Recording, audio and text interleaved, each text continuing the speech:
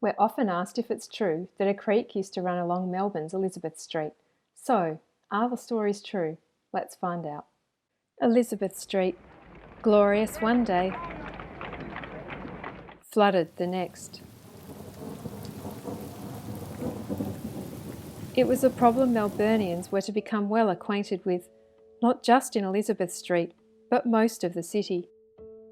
In his chronicles of early Melbourne, journalist Edmund Finn, aka Gary Owen, chronicles no less than 6 floods within the first 10 years of settlement, as well as a snowstorm.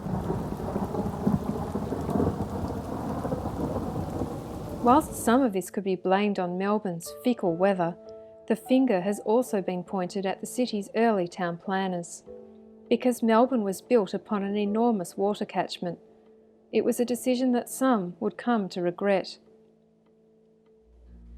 As early as 1835, the first peoples of the land had tried to warn the settlers about the dangers of the floodplain.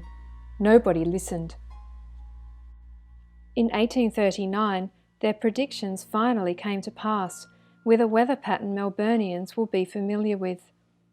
During the first 3 weeks of December in 1839, the weather was scorching and hot, windy, Gary Owen wrote, when a sudden change set in, and for 3 days and nights there was a continuous downpour of rain. By Christmas Eve, the Yarra had burst its banks, flooding the low-lying areas of the township. It was a harbinger of things to come, with another 5 floods recorded in the 1840s alone.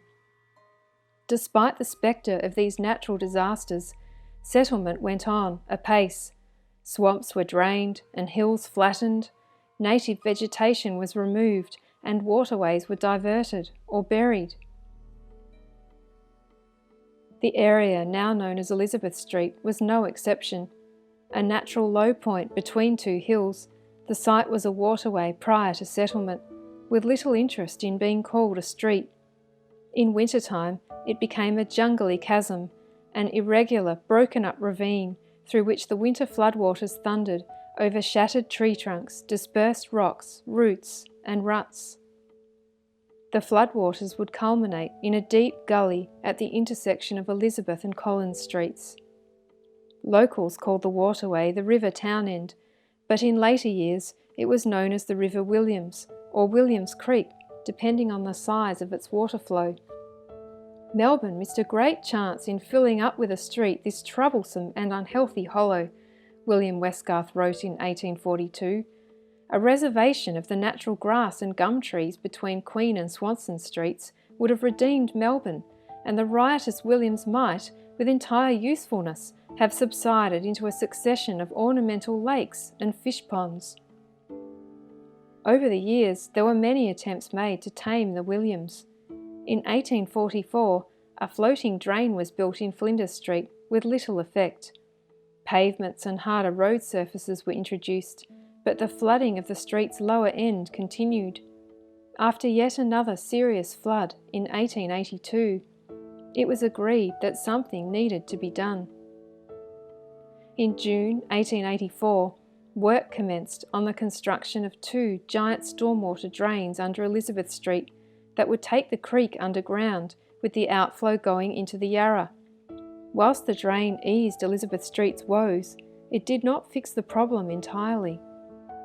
Perhaps the most famous example of the creek's resurgence came in February 1972, when 78.5 millimetres of rain fell on the CBD in 1 hour.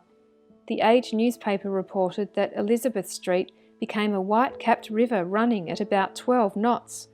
There were waves spraying over the tops of parking meters, lifting cars bodily, turning them about, and then sweeping them away.